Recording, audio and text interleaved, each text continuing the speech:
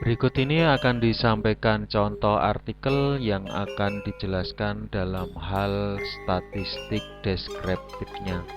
Artikel yang diambil berjudul Manajemen Laba pada saat pergantian CEO di RUT di Indonesia. Penulisnya adalah Adiasih dan Pak Indra Wijaya Kusuma atau Adiasih dan Kusuma. Jika kita perhatikan, dari judul itu ada kata pada saat pergantian atau menunjukkan waktu tertentu. Maka kalau kita perhatikan di dalam artikel ini, dari sisi judulnya sudah nampak bahwa itu adalah studi mengenai jendela waktu atau time window study atau event window study atau ya tadi jendela waktu. Kita akan langsung menuju ke bagian statistik deskriptifnya. Statistik deskriptif dimuat dalam halaman 75. Di situ ada tabel 1 berjudul pergantian CEO non rutin dalam jutaan rupiah. Jadi datanya adalah pergantian CEO yang bersifat non rutin. Yang pertama kita perhatikan di situ ada bentuk tabelnya. Seperti dapat dijelaskan bahwa tabel di dalam penulisan artikel yang itu sudah menjadi kesepakatan atau semacam rule of thumb daripada internasional, itu isi tabel tidak memuat garis vertikal dan garis di dalamnya. Jadi ini pesan untuk Anda sekalian. Ketika nanti menuliskan artikel setelah skripsi selesai, itu diupayakan tidak menggunakan garis vertikal maupun horizontal di dalam data tabel-tabelnya. Yang terjadi memang masih banyak yang pakai, dan itu biasanya menjadi tugas saya ketika saya harus upload ke suatu jurnal, itu harus dihapusi satu persatu. Jadi kalau mau menolong saya meringankan tugas saya, silahkan tabel diformat tanpa garis. Mungkin nanti kalau Anda berlatih atau dalam tugas sudah dimulai dengan tanpa garis vertikal atau horizontal di dalam isinya. Mungkin tabel sampel, jumlah sampel atau apa, kita coba nanti tanpa pakai itu. Jumlah data yang terkumpul adalah 18, dari N menunjukkan angka 18. Kemudian bisa kita lihat ada 3 hal penting yang disampaikan di dalam tabel, yaitu rata-rata dan deviasi standar untuk waktu sebelum pergantian, saat pergantian, dan setelah pergantian. Seandainya pergantian atau ini kan laporan keuangan itu bersifat tahunan, maka saat pergantian itu adalah tahun di mana terjadi pergantian. Kemudian sebelum pergantian itu adalah laporan di tahun sebelumnya, dan setelah pergantian itu di tahun berikutnya. Mungkin di waktu yang berbeda atau sampel yang berbeda, atau mungkin nanti tugas penelitian Anda itu ada yang waktu itu dihitung secara mingguan. Mungkin 2 minggu sebelumnya, kemudian setelah adalah 2 minggu setelahnya.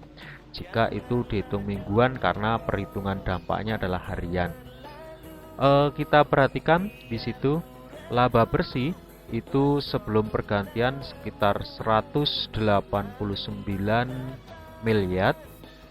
Kemudian saat pergantian itu turun. Jadi misalnya pergantian bulan Juli atau sebelumnya itu laporan tahunan atau laba bersih tahunan itu menjadi rata-ratanya menjadi 72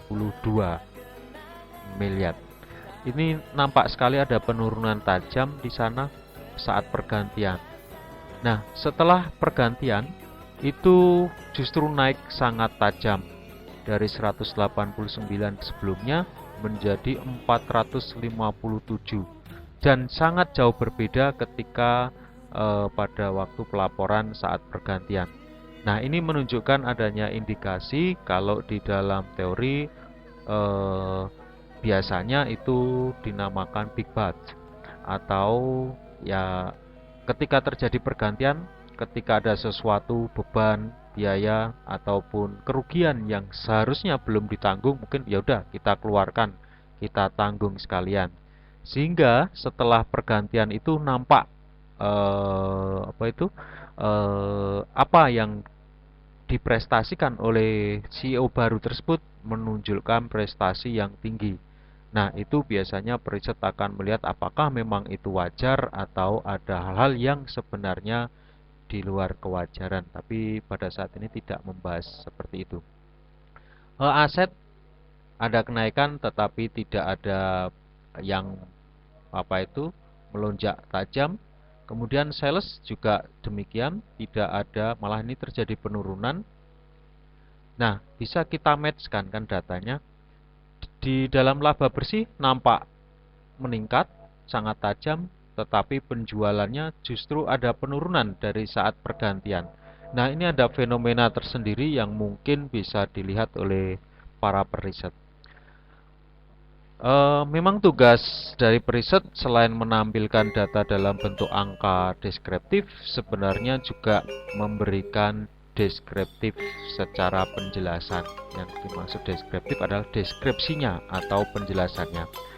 Secara standar biasanya hanya dituliskan ratanya sekian, kemudian standar deviasinya sekian. Sebenarnya itu belum memberikan deskriptif karena itu hanya membaca angka. Sebenarnya yang membaca deskriptif atau memberikan deskriptif itu ya memberikan hal-hal yang mungkin dapat diungkap dari angka-angka yang ditampilkan tersebut. Seperti misalnya ada penurunan tajam, ada peningkatan tajam, ada misalnya sales di situ ada peningkatan tipis tetapi juga terjadi penurunan tapi tidak cukup tipis. Kemudian dibandingkan antara salesnya biasa saja tapi kok ada terjadi peningkatan laba bersih yang luar biasa. Nah, ini menjadi gambaran yang utuh ketika dilakukan penjelasan deskriptif. Oke, selanjutnya tadi juga kita lihat di dalam teks juga saya tulis rata-rata itu biasanya bersandingan dengan deviasi standar. Nah, tetapi ketika membaca satu data, itu memang deviasi standar tidak begitu dapat terbaca secara vulgar atau secara tepat, karena ini hanya bisa menyiratkan misalnya di sini ratanya adalah 72 miliar, tetapi deviasinya adalah 281 miliar. Jadi itu deviasinya kan sangat tinggi sekali, range datanya dari 72 miliar, mungkin ada yang 300 miliar, mungkin ada yang 400 miliar, tapi juga di bawah mungkin ada yang cuma 30 miliar. Kira-kira itu makna dari deviasi. Tetapi ketika itu mungkin akan lebih bermanfaat ketika data ini dibandingkan antar riset di tahun 2011 misalnya, kemudian disandingkan dengan riset di tahun 2015 atau di riset yang berbeda atau di jendela waktu yang berbeda. Nah, itu mungkin akan bisa dijelaskan untuk memberikan gambaran deviasinya, yang satu misalnya tipis sementara yang satu adalah cukup lebar. Nah, sekilas itu tentang gambaran deskriptif statistik. Semoga memberikan manfaat dan selamat belajar. Sekian, terima kasih.